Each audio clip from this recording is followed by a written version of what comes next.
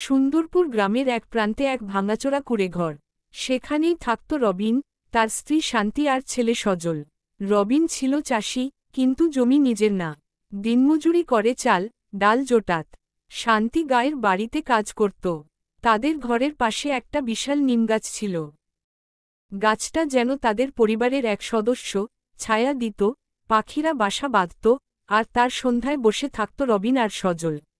সজল খুব মেধাবী ছেলে ছিল, কিন্তু গরিব পরিবার, বই কেনার টাকাও জোটে না আর মা বাবা তার পাশে বসে স্বপ্ন বুনত, আমার ছেলে একদিন বড় অফিসার হবে। বছর খরার পর জমির মালিক রবিনকে বলে, তুই এই গাছ কেটে দে, আর জায়গাটা ছেড়ে দে, আমি নতুন ঘর তুলব। রবিন স্তব্ধ।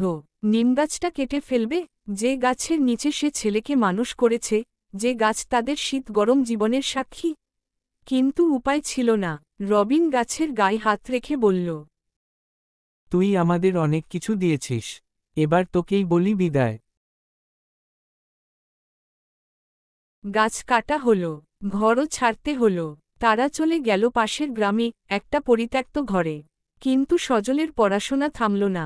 সে গ্রামের পাঠশালায় যেতে লাগল, পুরনো বই নিয়ে, কিন্তু চোখে আগুন জ্বালিয়ে। শান্তি রাতে অন্যের বাসায় রান্না করত, রবিন মাছ ধরত।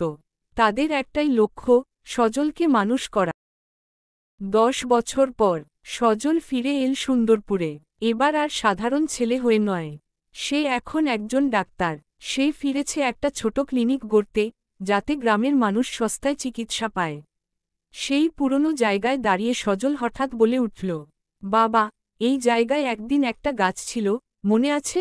রবিনের চোখ ভিজে যায়। সজল মাটি ছুঁয়ে বলে, আমি আবার নিমগাছটা লাগাবো। এবার সেটা শুধু ছায়া দেবে না, মানুষ বাঁচাবে।